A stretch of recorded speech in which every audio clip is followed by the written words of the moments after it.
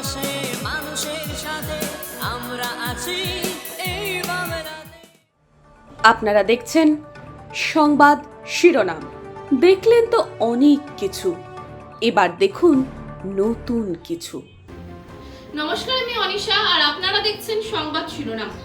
ভারত বাংলাদেশ সীমান্তে এলসিএস গেদে থেকে 1,56,000 টাকার 78টি অবৈধ 2,000 টাকার নোট সহ এক বাংলাদেশি দম্পতিকে গ্রেফতার করল বিএসএফ।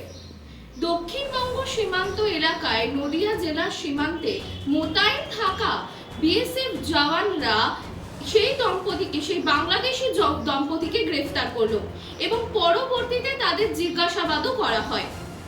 তথ্য অনুযায়ী ঘটনাটি ঘটেছে কাস্টম স্টেশন গেদে।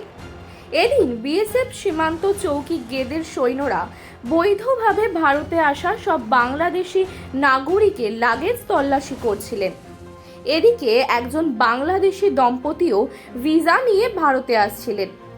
যখন বিএসএফ সৈন্যরা নিরাপত্তা চেক পয়েন্টে তাদের লাগেজ তল্লাশি করে, তখন তারা মোট 78টি 2,000 টাকার নোট পায়। ভারতীয় বাজারে বর্তমানে 2,000 টাকার নোটের প্রচলন নেই, তাই স্বামী স্ত্রী উভয়কেই জিজ্ঞাসাবাদ করা হলে তারা কেন সন্তোষজনক উত্তর দিতে না পারায় উভয়কেই হেফাজতে নেওয়া হয়।